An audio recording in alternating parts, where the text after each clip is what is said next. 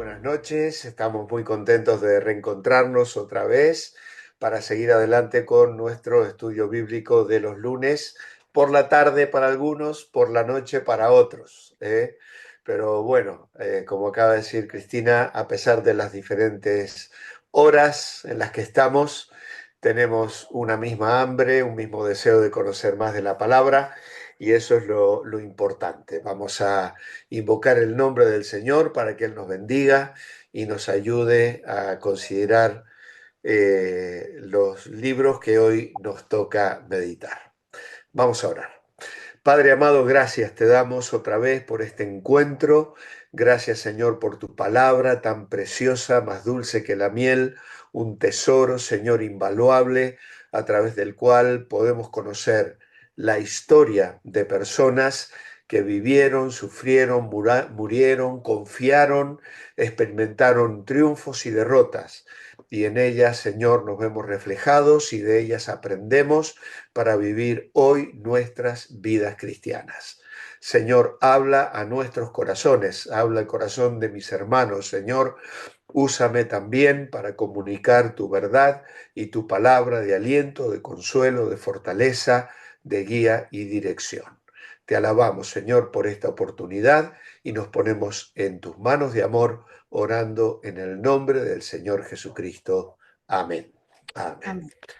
Muy bien, pues vamos a compartir la pantalla y vamos a intentar hacerlo como siempre, eh, lo más condensado posible, porque hoy también nos proponemos estudiar 4 libros. El próximo lunes ya vamos a poner el freno de mano y volveremos a 3, pero hoy como tenemos libros paralelos, podríamos decir, tanto Primera de Reyes con Primera Crónicas y Segundo de Reyes con Segundo de Crónicas, pues un poco nos ayuda también para avanzar porque hay algunas cosas en común en ambos libros. Entonces, nuestra clase número 4 nos toca ver primero de Reyes. Y al igual que los libros de primero y segundo de Samuel, estos dos libros, primero y segundo de Reyes, fueron escritos originalmente como un solo libro y continúan la narración de la historia del pueblo de Dios desde donde segundo de Samuel termina. En este caso, luego esto, primero de Crónicas y segunda de Crónicas, no será así, será casi como una repetición de lo que primero y segundo de Reyes nos van a relatar. Pero primero de Samuel, primero de Reyes, continúa la narración de la historia del pueblo de Dios, ya que nos encontramos con un David anciano y que tiene que designar a aquel que va a ser su sucesor en el trono. Así que también, al igual que los libros de Samuel, la antigua traducción al griego llamada la Septuaginta fue la primera ocasión de la que se sabe en que este libro fue dividido en dos partes. Voy a rogar a las personas que tienen abierto su micrófono, por favor, que lo cierren. Necesitamos que cerréis porque si no entran ruidos y sonidos extraños. Muchas gracias.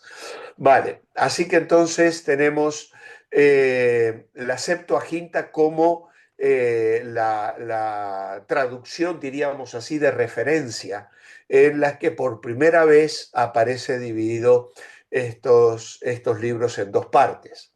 Nadie puede identificar con certeza quién fue el autor de estos dos libros, aunque algunos comentaristas han sugerido a Esdras, a Ezequiel o incluso Jeremías como posibles autores, debido a que toda la obra cubre un periodo de más de 400 años.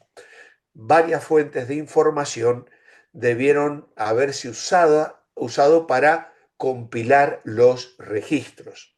Sin embargo, hay un estilo literario unificado los temas entretejidos a lo largo del libro y la clase de fuentes utilizadas nos sugiere que fue una sola persona, un solo compilador o autor responsable de que nosotros podamos tener el libro tal como lo tenemos en nuestras Biblias.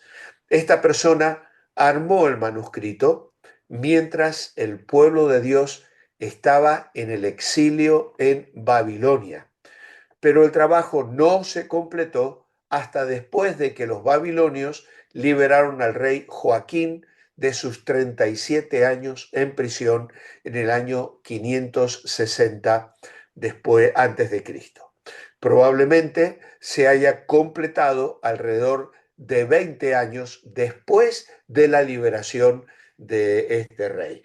El rey babilonio alzó la cabeza, dice, de Joaquín y lo hizo sentar y comer a su mesa hasta el final de sus días, pero ya había pasado muchos años en la cárcel. Así que esto es un dato interesante para ubicarnos a la hora de la lectura y del reconocimiento de la historia que vamos a encontrar. Primero de Reyes comienza con una descripción de los días finales del rey David, alrededor del 971 antes de Cristo, y las conspiraciones que rodearon su sucesión. Es muy interesante mirar el declive de este hombre, de David, ya muy anciano, y las estrategias que incluso los que le rodean desarrollan para que el rey entre en calor. Pero nos llama la atención que este hombre, que había sido tan sabio, necesitara un empujón serio para darse cuenta de que tenía que nombrar a Salomón porque la situación política estaba muy, pero muy enrarecida al final de su vida. Así que en los primeros años del reinado de Salomón, ¿qué es lo que vamos a encontrar en este relato? Israel experimentó su época dorada. Su influencia, su economía y su poder militar disfrutaron de poca oposición. Sus vecinos no representaban una fuerte amenaza militar.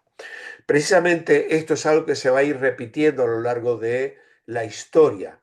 Cuando los imperios vecinos estaban en decadencia, Israel florecía, tenía paz, prosperaba, los reyes podían gobernar con cierta tranquilidad, y esto es un poco lo que acontece también en esta época. Nunca Israel estiró tanto sus fronteras, nunca más volvería a tener un territorio tan amplio como el que David conquistó y como el que heredó Salomón en sus días de gobierno. Claro, tristemente, después de la muerte de Salomón, en el año 931, la nación se fracturó en dos reinos distintos: el reino del norte, Israel, y el reino del sur. Primero de Reyes sigue su historia hasta el año 853 antes de Cristo. Así que el cuadro que tenemos en nuestros manuales nos muestran una situación política en la que Salomón sucede a David. Nacionalmente el reino estaba unido, económicamente estaba sólido y seguro, pero espiritualmente inestable. Y tristemente la decadencia de Salomón en los últimos años de su vida nos parece verdaderamente asombrosa. Un hombre con la sabiduría que había adquirido y que sin embargo su corazón se desvió para terminar construyendo ídolos y templos a reyes paganos, ¿no? A ídolos paganos. Eh, el, eh, Políticamente la historia va a suceder rey tras rey. Nacionalmente encontramos el reino dividido, económicamente inestable, por supuesto, y por supuesto que también espiritualmente vacío. Los primeros 10 capítulos nos relatan la historia de Salomón con toda su gloria. Recordad que Jesús habló de esto y por eso incluimos la cita aquí de Lucas capítulo 12 y versículo 27, ¿no? Obviamente que la gloria del rey Salomón fue una gloria extraordinaria. Vemos su coronación e investidura en los primeros 2 capítulos, la prosperidad y sabiduría que él manifestó, la construcción y dedicación del templo y finalmente hay una advertencia y bendición. El reino está unido y fuerte, el rey es Salomón, la identidad es de todo Israel y aquí es un periodo de unos 40 años. Luego llegamos al capítulo 11, donde lo tenemos dividido por la mitad porque se nos relata aquí la declinación del reino y la muerte de Salomón. Y entonces, claro, entramos en la tercera etapa, diríamos, del versículo 12 al 22, donde encontramos la disrupción, un reino dividido, tristemente dividido. Hay un conflicto y una hostilidad internas, guerra civil y luego la idolatría, porque precisamente los gobernantes de las tribus del norte saben que si su pueblo baja al templo a adorar, pues pueden ser atraídos nuevamente hacia el sometimiento o bajo el gobierno de los reyes del sur. Y entonces se inventan una nueva religión y un nuevo sistema sacerdotal y nuevos ídolos que son colocados tanto en el límite sur como en el límite en el límite norte y comienza una etapa de reinados nefastos para la historia de estas 10 tribus. Surgen algunos reyes que van a dejar una huella como es Acab y también profetas como Elías con un mensaje muy fuerte en relación al llamado que Dios hacía a este pueblo al volverse a él. La situación era totalmente inestable, el pueblo era un pueblo que no sabía comprometerse con Dios y se dejaba llevar como ovejas sin pastor o con malos pastores. Así que la capital en el norte de Israel es Samaria y Efraín, en el sur Judá y Jerusalén. Es un periodo de unos 80 años y el tema sería el deterioro espiritual y moral conduce a la destrucción. Podríamos señalarlo como el mensaje clave.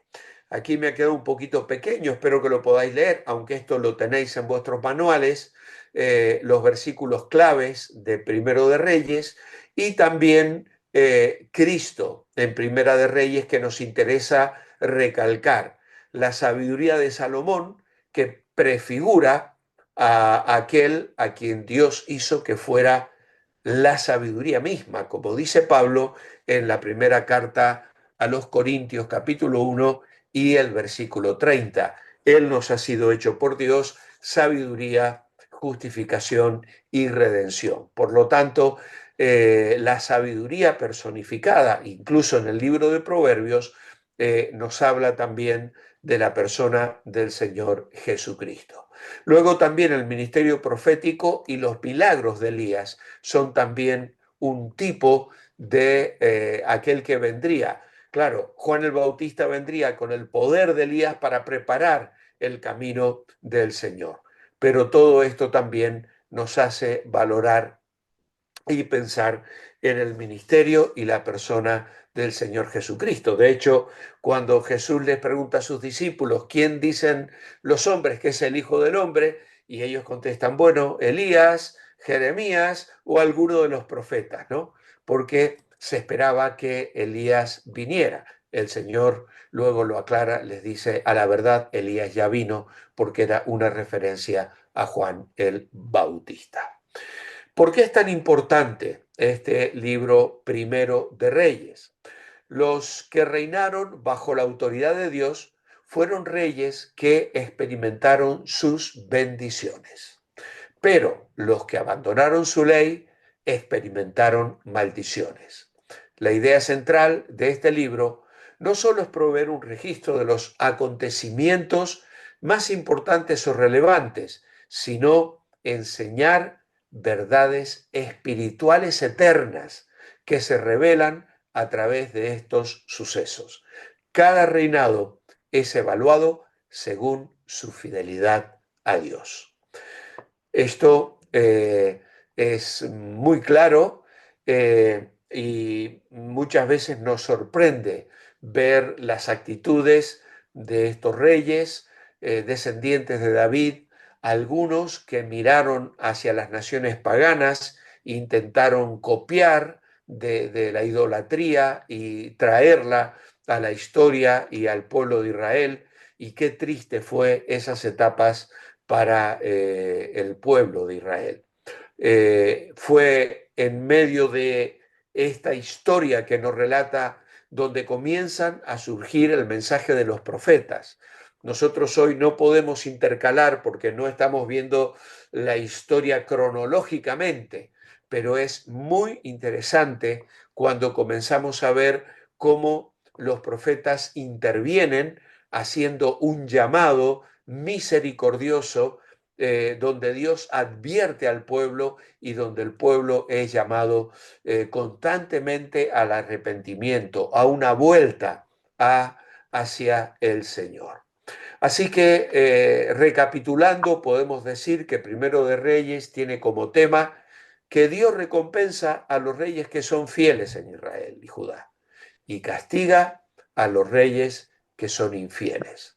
En un sentido, esto lo vimos ya en la historia del libro de jueces, ¿no?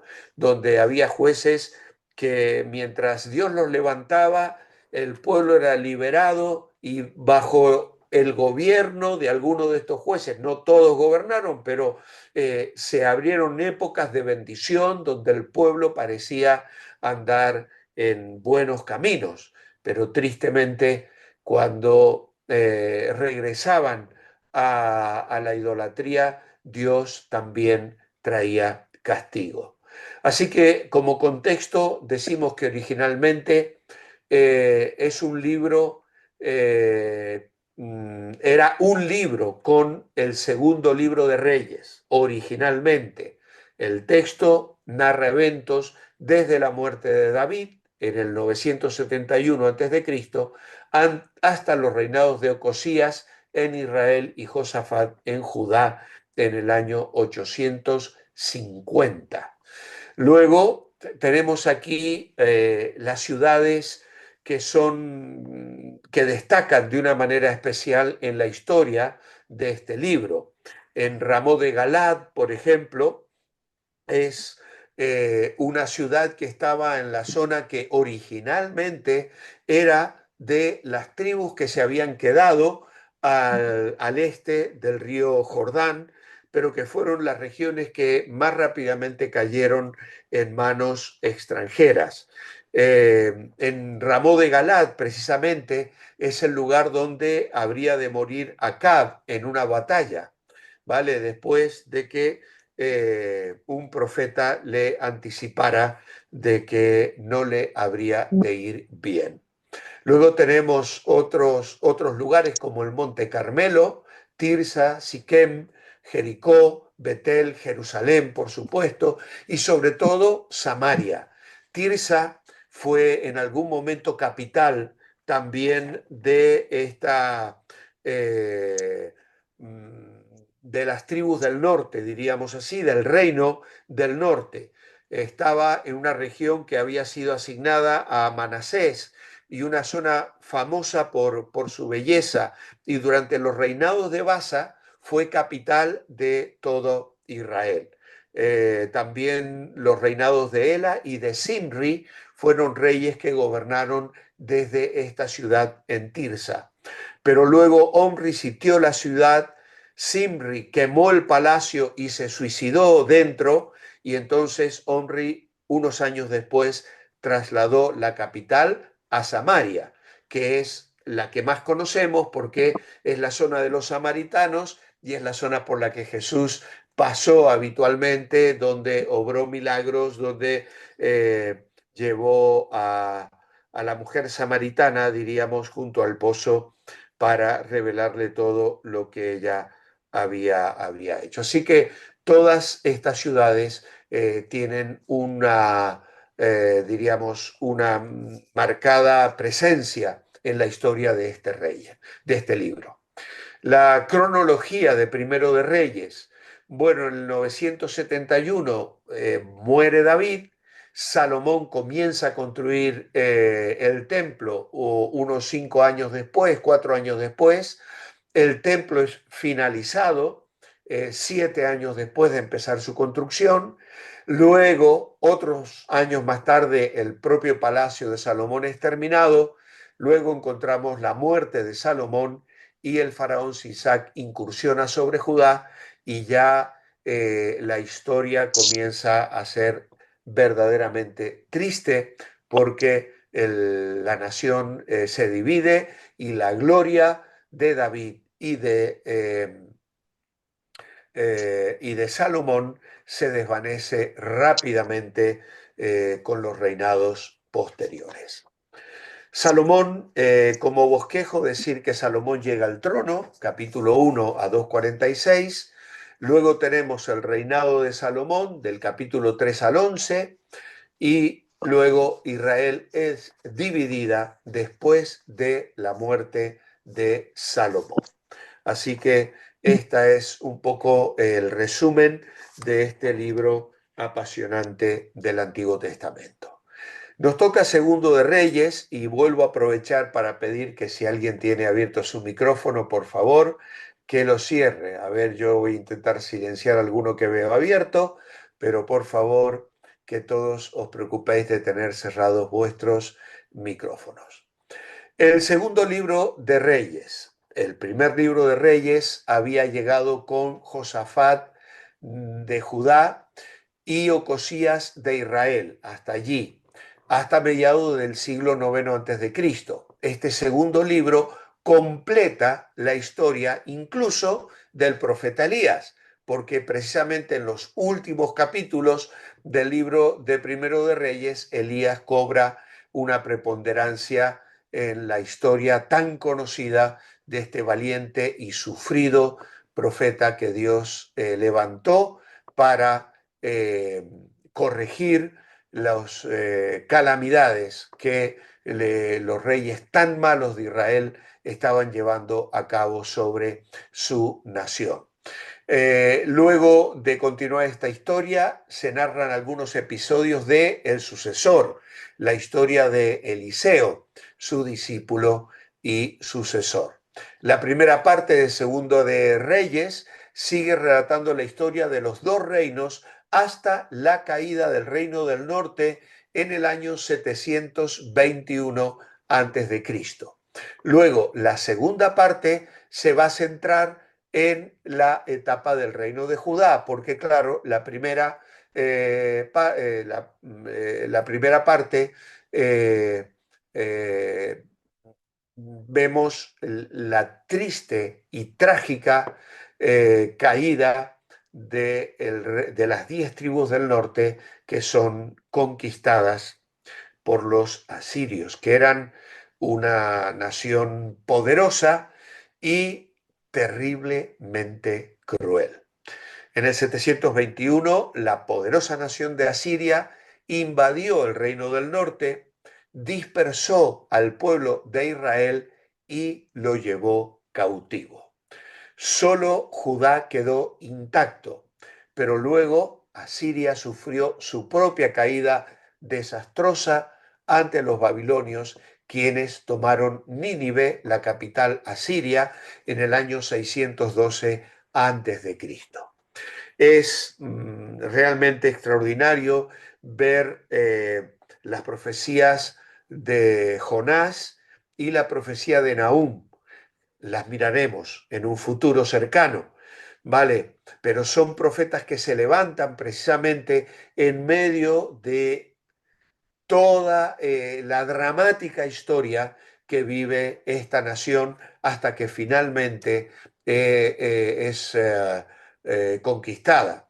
Cuando uno ve la fiereza con que los asirios trataban a las naciones conquistadas, entonces uno puede comprender un poquito más por qué Jonás se negó a ir a llevarles un mensaje de advertencia o de llamado al arrepentimiento, y por qué no quería que ellos se arrepintieran en realidad, porque solo quería que Dios les destruyera. Eran terriblemente crueles las cosas que esta nación hizo con las naciones que cautivaba.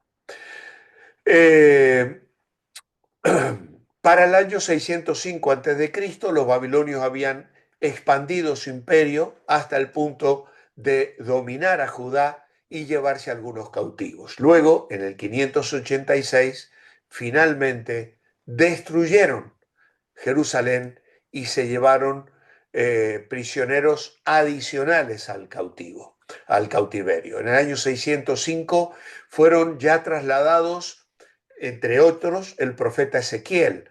Hubo muchos que fueron llevados a Babilonia, probablemente también Daniel y tantos otros, hasta que luego finalmente Jerusalén es conquistada, el templo destruido y la nación completamente arrasada. Muchas personas que fueron consideradas valiosas para los invasores, como el profeta Daniel y los miembros de la familia real, fueron llevadas a Babilonia en las circunciones anteriores en Judá, pero al final de Segundo de Reyes, el pueblo de Dios ya no vivía en su tierra prometida. Muchas áreas del país habían quedado inhabitables debido al asolamiento, el incendio y otras tácticas destructivas del ejército babilónico. El pueblo de Dios había sido esclavizado, dispersado y diezmado por sus enemigos, tal como Dios había advertido que ocurriría si su pueblo rehusaba arrepentirse. El libro termina con un epílogo dando una idea de la buena fortuna de Joaquín, que ya hemos mencionado, este rey que había sido llevado cautivo 30 años antes y que luego acaba sentado a la mesa de el rey de Babilonia y tratado con toda dignidad. Como primero y segundo de Reyes forman una sola obra, eh, a, a veces los comentarios nos llevan a mirar la introducción al primer libro de Reyes. Muy bien, el cuadrito de este segundo libro de Reyes está dividido en el Reino del Norte, los primeros 10 capítulos, y luego hay un relato de ambos reinos entre los capítulos 11 al 17.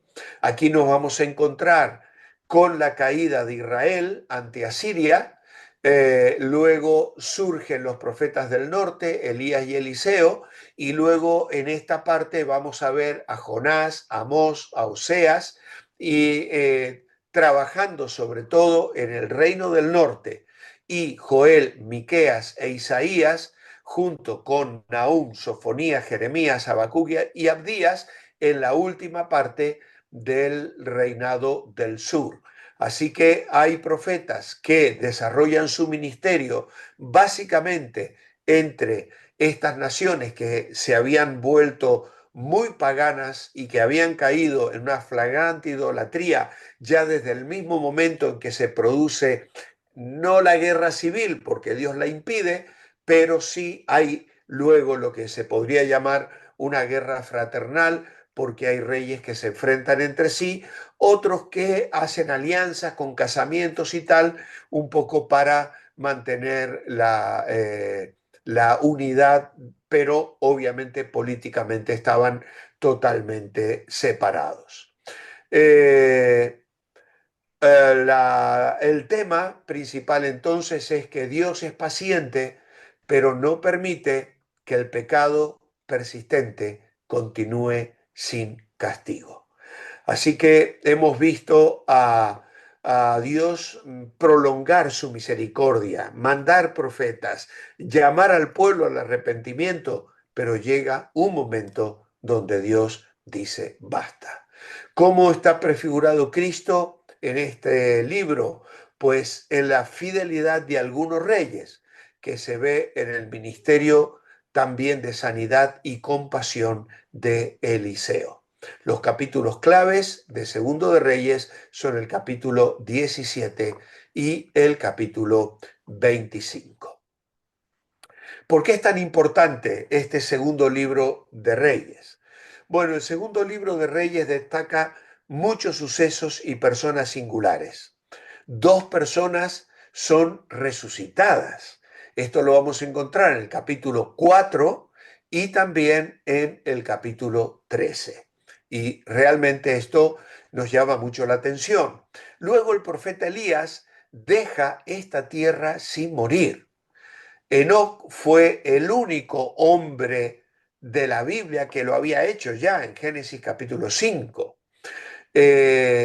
Luego también las aguas del río Jordán retroceden dos veces, algo similar a lo que ocurre cuando Israel entra a conquistar la tierra. En este caso, para que Elías y Eliseo puedan cruzar, y luego cuando Eliseo quiere probar que el doble espíritu que él había pedido le había sido concedido y vuelve a abrir las aguas del río para pasar entre medio.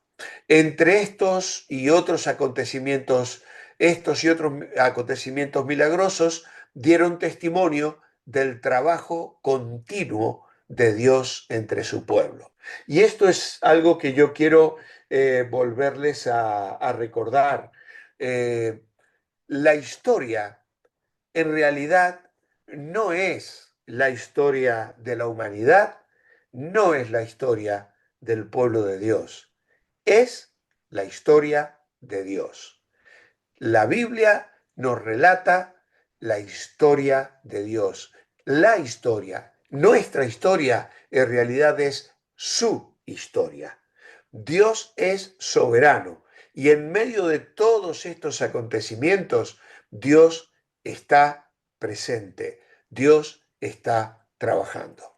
El periodo abarcado en este libro vio el surgimiento de los primeros profetas escritores de Israel. Por ejemplo, Amós y Oseas llegaron al pueblo de Israel en tanto que Isaías, Joel, Miqueas, Nahum, Habacuc, Sofonías y Jeremías profetizaron el reino del sur en Judá.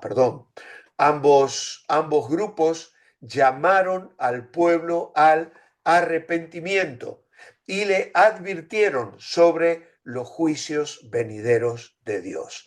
Ese era el llamado. Dios estaba presente, Dios estaba observando y Dios estaba levantando hombres que comunicaban un mensaje que debía llegar al corazón de los pueblos. En algunas ocasiones llegaron, hubo siempre un remanente, siempre hubo personas que respondieron, pero tristemente la decadencia se fue acentuando hasta que finalmente no solo el reino del norte, sino que también el reino del sur recibe la disciplina divina que ya era inevitable. Dios la pospuso, incluso ante el surgimiento de reyes como Josías, pero la caída finalmente era algo que ya nada ni nadie podía detener.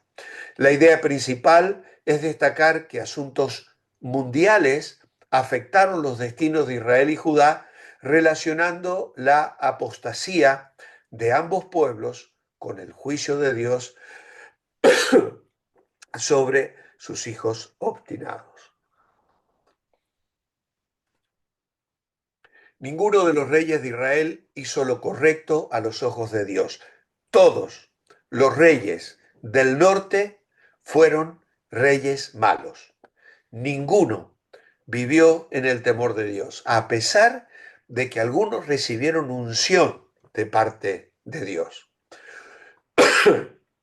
Fueron ungidos por profetas que les anticipaban que ellos serían los que habrían de reinar. Sin embargo, al verse en el trono, ninguno se sometió en obediencia ni procuró que el pueblo volviera a los caminos del Señor. Y a pesar del juicio que cayó primero sobre las naciones idólatras del norte, Judá no aprendió la lección. Siguió el camino de la idolatría y rechazo que los llevó a una total decadencia espiritual y moral. Qué triste es llegar al final de estos libros, donde encontramos el fracaso absoluto del pueblo de Dios. Así que, como tema, recopilando y repasando lo que este libro nos presenta, podemos decir que Dios recompensa a los reyes fieles en Israel y Judá y castiga a los reyes infieles. Originalmente el libro era uno con Primero de Reyes, el texto narra eventos, en este caso desde los reinados de Ocosías en Israel y Josafat en Judá hasta el exilio babilonio en el año 586, prácticamente casi 300 años de historia bíblica. Aquí tenemos también las ciudades destacadas de este segundo libro. En este caso también aparece Damasco, porque hasta allí en algún momento uno de los profetas tiene que llegar. Sunem, Dotán, Samaria, Gilgal, Jerusalén, Jericó y Ramot de Galat. Tradicionalmente se ha considerado, como he dicho al comienzo del Primero de Reyes, que Esdras fue el autor, aunque el libro no lo especifica en ningún momento. La cronología que podemos dar a este libro surge desde Israel dividida en el reino del norte y el sur, el faraón Sisac incursiona sobre Judá, el ministerio de Elías, el ministerio de Eliseo, muy importante las huellas que estos dos hombres dejaron en la historia. Asiria conquista Israel y se lleva cautivos y esparce entre los pueblos y repuebla toda esa zona con personas venidas de otros lugares, lo que va a dar el lugar al que luego en el Nuevo Testamento conoceríamos como el pueblo samaritano. Finalmente Sennacherib invade Judá y Babilonia finalmente la conquista, la destruye y Jerusalén es arrasada por este tremendo imperio. Desde el reino dividido hasta la caída, sería la primera parte del bosquejo, desde la caída de Israel a la caída de Judá, la segunda parte. Muy bien, llegamos ahora al primer libro de Crónicas. A primera vista, los libros de Crónicas casi parece una repetición de episodios relatados en los escritos que acabamos de mirar, incluso en el libro de Samuel, porque no solo en Crónicas vamos a encontrar lo que tenemos en Primero y Segunda de Reyes, también Crónicas nos va a relatar parte de las cosas del reinado de David. Esto en verdad hasta cierto punto, ya que en Crónicas vuelve a encontrarse a veces ampliado, a veces condensado, casi todos los sucesos narrados en los otros libros. Sin embargo, no se trata de una mera reiteración, sino de una nueva presentación de los mismos hechos, adaptada a las circunstancias históricas en que se encontraba el pueblo después del exilio. Y esto es lo que quiero recalcar. ¿Por qué Esdras o Jeremías o quien haya sido, probablemente Esdras, casi que me inclinaría yo a pensar que pudo ser el que escribiera estos libros? Bueno, era muy importante para ellos proveer a la comunidad judía la identidad que ellos tenían porque habían sido arrasados, ¿vale? Así que cuando un grupo de judíos exiliados en Babilonia obtuvo el permiso para regresar a Jerusalén y emprender las obras de reconstrucción, sus condiciones de vida en el país de Judá no fueron las mismas que las de sus antepasados en tiempos de la monarquía. Ahora era una pequeña comunidad que ya no formaba un estado independiente, sino que estaba sometida al imperio persa. Este imperio era vasto y, a diferencia de Asiria y de Babilonia, practicó una política de tolerancia en materia religiosa y dio a los repatriados reiteradas muestras de benevolencia. Pero las poblaciones vecinas no compartían la misma actitud tolerante, sino que se manifestaron decididamente hostiles. Por eso encontramos, por ejemplo, el relato del libro de Esdras, que será lo que vamos a estudiar el lunes próximo, luego también el relato de Nehemías y las dificultades que tuvieron para reconstruir los muros, y en medio de los dos libros, aunque nuestra Biblia no está cronológicamente puesto, pero sí el libro de Esther, donde el pueblo judío estuvo a punto de ser exterminado absolutamente. Por lo tanto, fue una época muy convulsa para el pueblo de Israel. Así que en este nuevo contexto se hacía indispensable tener una visión renovada de la historia de Israel que pudiera iluminar ese presente inmediato y servir de guía para el futuro. Y esto fue precisamente lo que ofrecieron los libros de crónicas a la comunidad judía posexílica. Una meditación sobre la historia de Israel, que debía ser al mismo tiempo una lección de fidelidad al Señor, a su ley y al culto celebrado en el templo. Así que al desconocido autor de estos libros, los historiadores modernos suelen referirse como el cronista. Dado el carácter de su obra, cabe suponer que fuera un levita de Jerusalén que escribió entre los años 330 a 250 a.C. Este mismo autor lo es también de los libros de Esdras y Crónicas.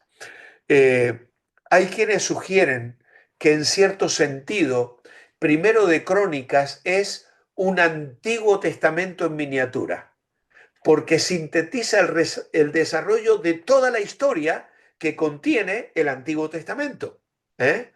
Porque ahí vamos a encontrar la genealogía, ahí vamos a encontrar los relatos no pormenorizados, pero sí las genealogías, y luego las historias del pueblo de Israel, de los reyes, etcétera.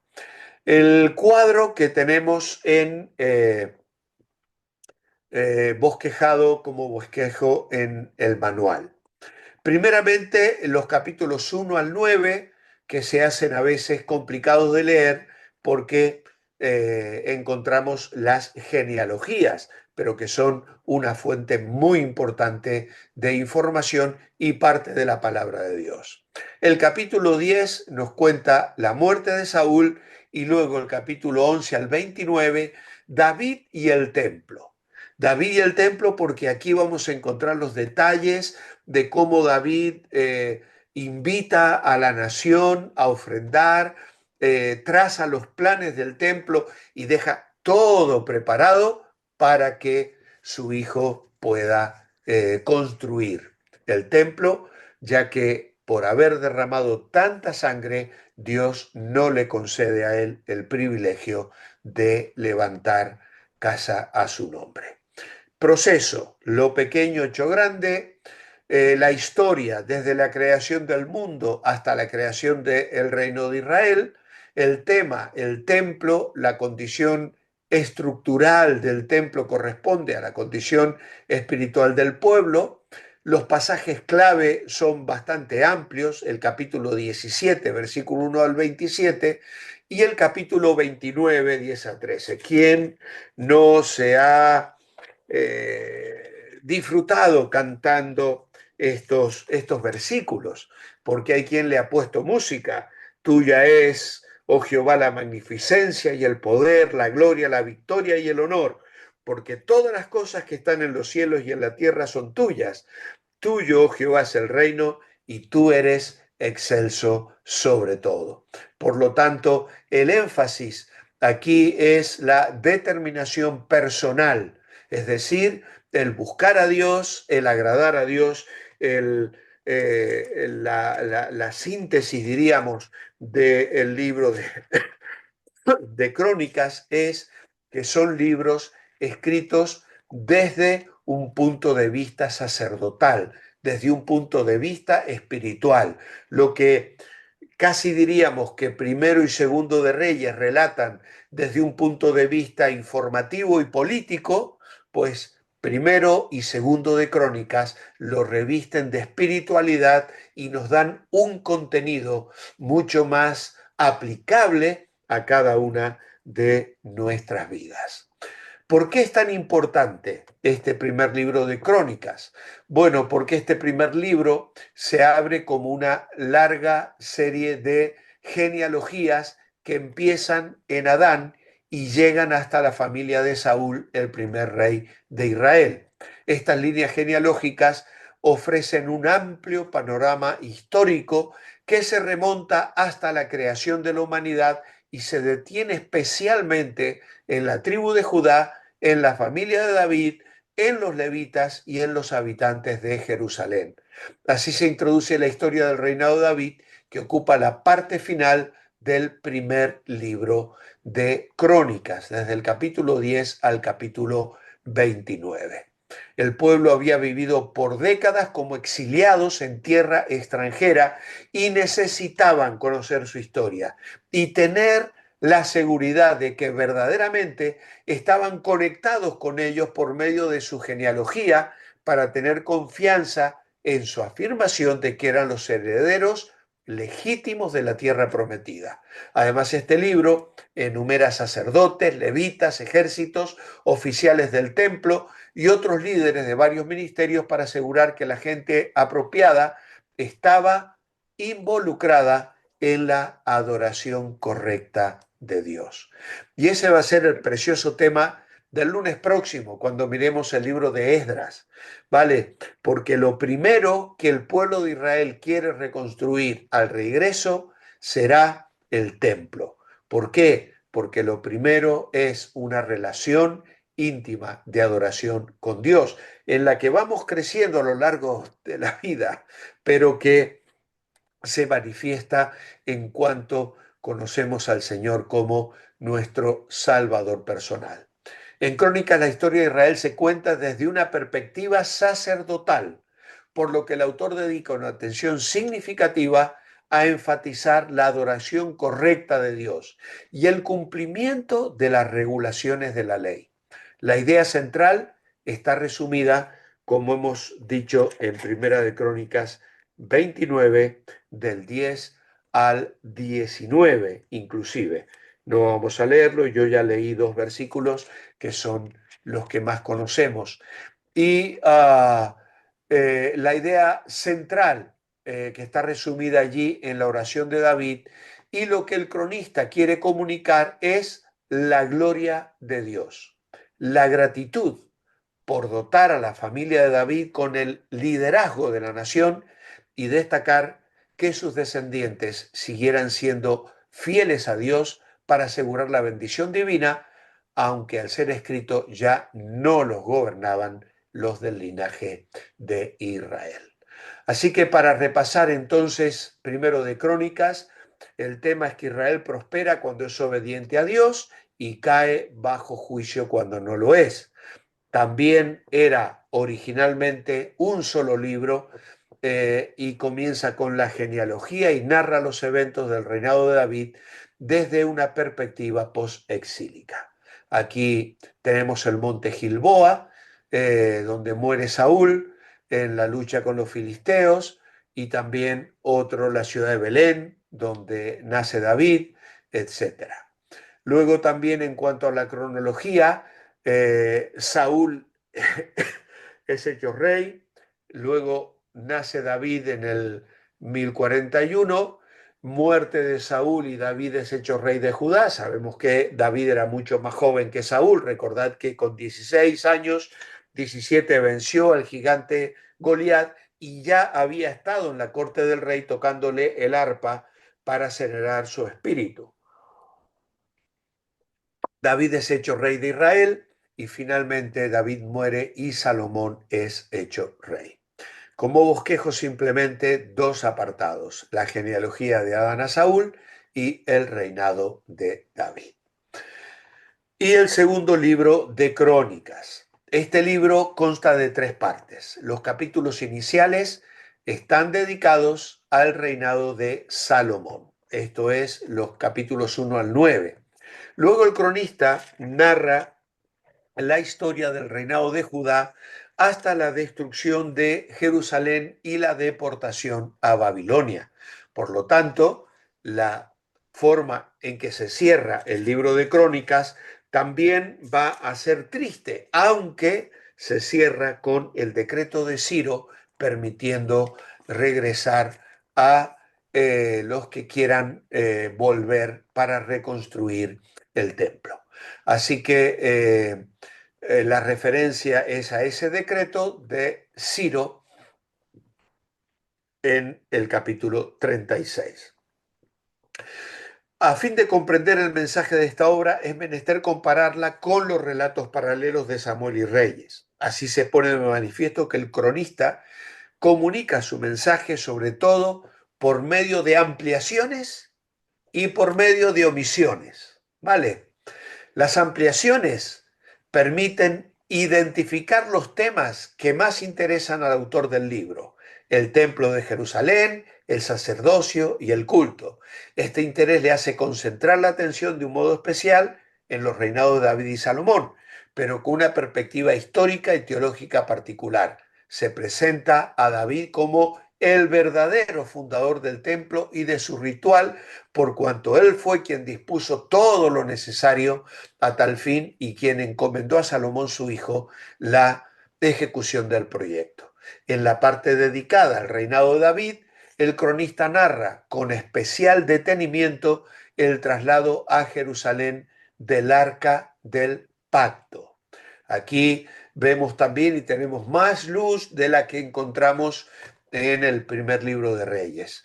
Y es realmente impactante todo lo que acontece alrededor de esto, la organización del culto y los preparativos para la construcción del templo. David trazó el plano del edificio, reunió los materiales, organizó las funciones del clero hasta en los menores detalles. De manera semejante, la historia de Salomón se refiere en su mayor parte a la construcción del templo, a la oración del rey en la fiesta de la dedicación y a las promesas con que Dios respondió a su plegaria. También la historia de los sucesores de David está centrada en el templo de Jerusalén y los desarrollos más extensos hablan de los reyes que pusieron más empeño en la restauración del santuario del culto. Y eso los tenéis allí en vuestro apunte: Asa, Asá, Josafat y sobre todo Ezequías y Josías. Por su piedad y devoción, estos reyes realizaron grandes reformas religiosas después de tiempos de apostasía. Es sorprendente ver cómo reyes buenos tuvieron hijos malos y cómo reyes malos tuvieron hijos buenos que guiaron al pueblo al temor de Dios, al arrepentimiento y al reencuentro con el camino de la obediencia, lo cual a su vez traía también tiempos de bendición para la historia de Israel. Aquí tenemos nuestro bosquejo: Salomón el rey, capítulo 1 al 9, y es una historia de gloria. Todo sube aquí, por eso he colocado esta flecha donde vemos el proceso, diríamos, de los primeros 9 capítulos. Pero luego lo grande se torna pequeño porque hay un deterioro nacional. Vamos del templo de Salomón y va a concluir con la reconstrucción del templo, es decir, con el decreto de Ciro dando oportunidad a quienes quieran volver a reconstruir el templo en Jerusalén. La centralidad de la dinastía de David y de la promesa de Dios de restaurar a su pueblo arrepentido vendría a ser el tema central. Los versículos clave se encuentran en Segundo de Crónicas, capítulo 7, versículo 12 al 22, y en el capítulo 16 de Segundo de Crónicas y el versículo 9, que es un texto extraordinario, porque los ojos de Jehová contemplan toda la tierra para mostrar su poder a favor de los que tienen corazón perfecto para con él. Ese podría ser uno de los versículos claves. Y a Cristo en este libro lo vamos a ver manifestando su poder y su presencia tipificados en el arca y en el mismo templo, donde prácticamente todo nos habla de él. La historia de la nación entre el capítulo 10 y el capítulo 26 es una historia de avivamiento y de rechazo. Por eso las flechitas suben y bajan, porque es etapas de arrepentimiento y de avivamiento, de fracaso y de pecado, de derrota y de restauración. Y tristemente, la historia final todos la conocemos. ¿Por qué es tan importante el libro segundo de Crónicas? Dedica sus 9 primeros capítulos al reinado de Salomón. Luego refiere la rebelión de las tribus del norte, cuyo resultado final fue la constitución de un reino independiente separado de la dinastía davídica. A partir de ese momento, toda la atención se concentra únicamente en los reyes de Judá hasta la caída de Jerusalén.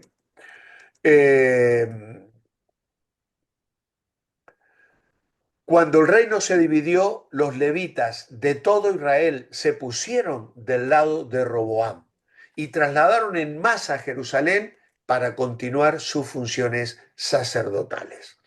Esto es muy importante, hermanos, porque a veces solemos decir que las tribus del norte se han perdido, que nadie sabe dónde están, pero personalmente creo que las tribus del norte quedaron absorbidas por muchísimas familias de esas 10 tribus que al ver la rebelión política y espiritual que se producía con Jeroboam y con el levantamiento de los altares al norte y al sur y el nombramiento de nuevos sacerdotes que no tenían nada que ver con los levitas, pues decidieron trasladarse y vivir en el reino del sur.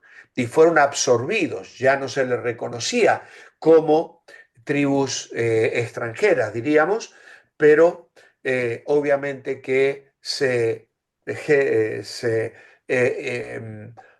mimetizaron, diríamos así, con las naciones y las tribus del sur.